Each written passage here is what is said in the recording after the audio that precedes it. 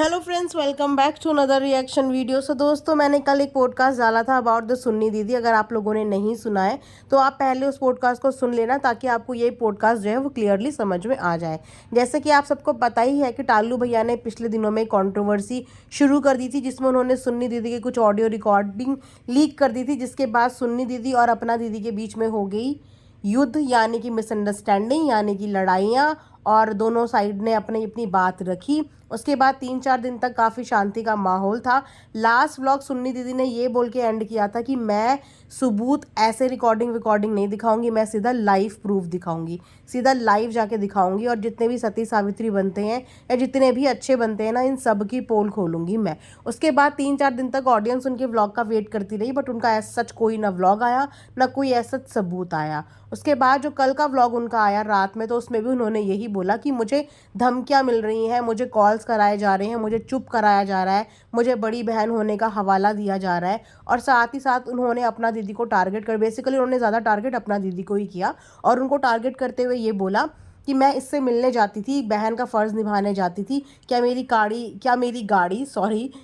गाड़ी वो पानी से चलती है? मैं अपना खर्चा करके जाती थी वहाँ पे, अपना टाइम निकाल के वहाँ पे जाती थी अपनी बहन से मिलने, और उसके बाद वो मुझे ये बोल रही है कि मैंने इसे कभी भी नहीं बुलाया। तो एक तरीके से उन्होंने काफ़ी सारी जो चीज़ें थी वो अपना दीदी के लिए ही बोली। उसके बाद अपना दीदी का आज व्लॉग आया, और अपना दीदी का भी पिछले 2-3 दिन से कोई भी व्लॉग नहीं आया। जो छोटे मोटे व्लॉग वो पोस्ट कर रही थी वो उनकी सूट सेल से रिलेटेड थे। तो उन्होंने भी आज अपने व्लॉग में आके इस बात का जवाब दिया कि पहली बात तो ये है कि मैंने कभी कहा ही नहीं कि तेरी गाड़ी पानी से चलती होगी, मैंने कभी ये बात बोली ही नहीं, और मैंने तो इनफैक्ट तुझे कुछ बोला ही नहीं था। मैंने उस बात पर रिएक्ट किया जो रिकॉर्डिंग मैंने सुनी। अगर ये बात मुझे कोई अपने मुंह से बोलता तो मैं कभी भी इस बात पर विश्वास नहीं करती, क्योंकि मैंने तेरी ऑडियो सुनी, और वो ऑडियो सुन के मेरे को सबसे ज़्यादा बुरा लगा और सबसे ज़्यादा शॉक लगा, बिकॉज मैं ये एक्सपेक्ट नहीं कर रही थी। और वाकई में अपना दीदी के लिए बहुत शॉकिंग था, बिकॉज वो इतने दिनों से अपनी बहन के साथ बहुत ही अच्छे से थी। दोनों बहनों का हमें प्यार देखने को मिला, दोनों बहनें एक दूसरे से मिलती हुई नजर आई। अब हमें नहीं पता कि वो बहन 1 घंटे रह के आई, 10 मिनट रह के आई, 15 मिनट रह के आई। हमने सिर्फ ब्लॉग में ये देखा कि दोनों बहनें साथ हैं, और इस चीज़ से ऑडियंस काफ़ी खुश थी, और ऑडियंस को अच्छा लग रहा था कि चलो दोनों बहनें एक दूसरे को सपोर्ट कर रही हैं। लेकिन वहाँ पे अपना दीदी ने ये बात क्लियर करी कि मेरे पास बहुत थोड़ी सी देर के लिए आती थी, मेरा भी मन करता था कि मेरी बहन मेरे साथ टाइम स्पेंड करे, मैं उसको अपने दिल की बातें बताऊं, उससे बातें करूं, लेकिन ये आती ही इतने कम टाइम के लिए थी, और इधर उधर की बातें ये सब करके बहुत ज़्यादा मेरा दिमाग ख़राब होता था। और मैं रिकॉर्डिंग सुनने के बाद सबसे ज़्यादा शॉक में आई कि ये इधर की चुगली उधर और उधर की चुगली उधर करके लड़ाइयाँ करवा रही हैं।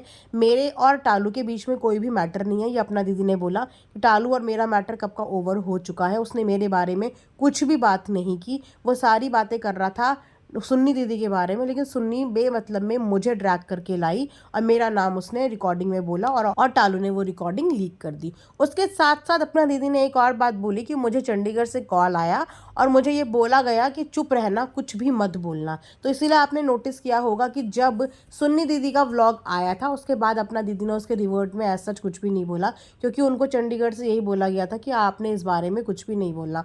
अब ये तो उन्होंने नहीं बताया कि उन्हें चंडीगढ़ से किसका कॉल आया था। दोनों ही बहनें चंडीगढ़ चंडीगढ़ कर रही हैं, बट एग्जैक्टली उन्होंने बताया नहीं कि कॉल आया किस बात का, और आया किस चीज़ का, और किसका कॉल आया एक्चुअली, ये किसी ने नहीं बताया। बस ये चंडीगढ़ चंडीगढ़ नाम दोनों ने रटा।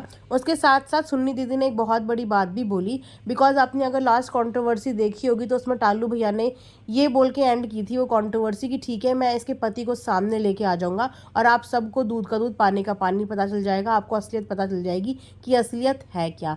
वैसे ये भी सुनने में आया है, इन्होंने अपने व्लॉग में ही बोला है, सुनने में भी नहीं, व्लॉग में ही ये बात बताई थी एक बार टरोज भाभी ने, कि जो अपना दीदी के हस्बैंड हैं वो टरोज भाभी के मुंह बोले भाई लगते हैं, यानी कि दूर के रिश्ते के भाई लगते हैं, और इन लोगों की आपस की लड़ाई की वजह से वो अपने भाई से भी बात करनी छोड़ चुकी है, अपने मायके भी शायद वो इतना ज़्यादा नहीं जाती है। तो उन्होंने पहले भी इस बात की अथॉरिटी बोलेंगे, इस बात के लिए ब्लैकमेल किया था कि मैं उसको सामने ले आऊँगा। तो आज अपना दीदी ने भी ये बात बोल दी कि भाई अब मुझे किसी को डराने की या कोई सबूत लाने की ज़रूरत नहीं है, मैं खुद शक्ल दिखा दूंगी। और साथ ही उन्होंने एक वर्ड का और इस्तेमाल किया, निकम्मे आदमी की शक्ल ही आप सबको दिखा दूंगी कि वो क्या कैसा है कैसा नहीं है। और अपनी ऑडियंस से भी उन्होंने इस बारे में पूछा कि क्या मेरी ऑडियंस मेरे उस निकम्मे पति को देखना चाहती है। तो देखते हैं कल तक का टाइम उन्होंने दिया है अपना दीदी ने कि वो अपने हस्बैंड को खुद ही दिखा देगी और साथ ही साथ अपने तारीख की डेट भी बता देगी कि मेरी कौन सी तारीख है, मेरी कौन सी तारीख को मेरी डेट है, जो उनके केस चल रहे हैं उससे रिलेटेड, कि बार बार की धमकियों से ना मुझे अब मत डराओ और बार बार मुझे किसी भी चीज़ के लिए ब्लैकमेल करने की कोशिश मत करो कि ये पोल खोल देंगे, वो पोल खोल देंगे। क्योंकि सुन्नी दीदी ने डायरेक्टली तो कुछ नहीं बोला, बट उन्होंने भी कुछ ऐसी चीज़ें बोली कि मैं लाइव दिखाऊंगी, लाइव प्रूफ के साथ बताऊंगी, सामने सामने लेके सामने सामने लोगों से पूछवाऊंगी।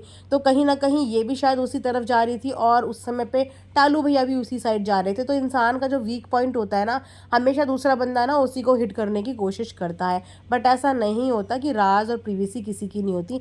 सबकी लाइफ में कुछ ऐसी वीक पॉइंट्स होते हैं जिनको वो कभी नहीं चाहता कि वो सोशल मीडिया पे आए। उससे बहुत पर्सनल चीज़ें होती हैं। वैसे पर्सनल चीज़ें लीक होने की शुरुआत तो आप सबको पता ही है कि कहाँ से हुई, कहाँ से नहीं हुई। देखो, आपस में बैक कैमरा चाहे कोई किसी की कितनी भी चुगली कर रहा था, हम यहाँ पे बात करेंगे ऑन कैमरा कि ऑन कैमरा पब्लिक प्लेटफॉर्म पे क्या चीज़ें लीक हुई हैं और उन्हीं चीज़ों के बारे में हम लोग बात करेंगे। तो जो चीज़ें लीक हुई उन्हीं चीज़ों के बारे में यहाँ पे बात होगी। उसके साथ साथ अपना दीदी ने एक और बात बोली कि इनका जो कनेक्शन था, पाकिस्तान से भी कनेक्शन था और ये हमारी इन्फॉर्मेशन भी वहाँ लीक करती थी। वेल, चंडीगढ़ वालों की इन्फॉर्मेशन तो उन्होंने लीक की थी बिकॉज उसके ऑडियो प्रूफ्स हमने देखे थे और आप सबने भी सुने होंगे। लेकिन उन्होंने ये भी बोला कि ये मेरे और तनु के बारे में भी बहुत सारी बातें वहाँ पे बोलती थी, बहुत सारी चीज़ें हमारे अगेंस्ट बोलती थी। मतलब एक तरह देखा जाए तो सुन्नी दीदी ने परिवार का ऐसा कोई बंदा नहीं छोड़ा जिसके बारे में बैक बिचिंग ना की हो, जिसके बारे में बातें ना करी हो, यानी कि चुगलखोरी ना की हो। उसके बाद यहाँ पे आके वो अपनी जस्टिफिकेशन दे रही हैं, अपनी सफाई दे रही हैं। लेकिन हमने तो उनकी ऑडियो के प्रूफ सुने हैं ना। अब प्रूफ्स को हम कैसे झुकला दें? हो सकता है कि वो सही हो अपनी जगह पे, लेकिन ऑडियो से बड़ा प्रूफ और क्या होगा? बिकॉज ऑडियो उनकी एक बार नहीं, दो दो तीन तीन बार लीक हुई हैं और उन ऑडियो प्रूफ्स की उनके पास कोई भी जस्टिफिकेशन नहीं है। वो क्यों ऐसा करती हैं, जाने अनजाने करती हैं, या उनके अंदर चालाकी नहीं है, या क्या बोले, ऐसा कोई बेवकूफ़ी बोलेंगे। बिकॉज उन्हें उनके अंदर अगर चालाकी होती तो वो ये हरकतें कभी करती ही नहीं। क्योंकि जब हम किसी की चुगली करते हैं ना, तो हम ये सोचते हैं कि हाँ, हमने चुगली कर दी और किसी को पता नहीं चलेगा। बट ऐसा कभी भी नहीं होता।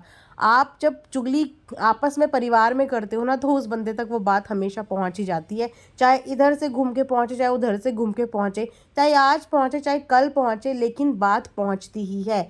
आज की दुनिया में जो आपकी बातें पचा लेना, ऐसा इंसान बहुत कम मिलता है कि आपने अपनी किसी प्राइवेट बात किसी के साथ शेयर करी हो, चाहे वो आपका दोस्त हो, चाहे वो आपका कोई रिश्तेदार हो, और वो रिश्तेदार अपने तक रख ले। ऐसे लोग बहुत रेयर मिलते हैं लाइफ में, जो आपकी पर्सनल चीज़ों को अपने तक रखे।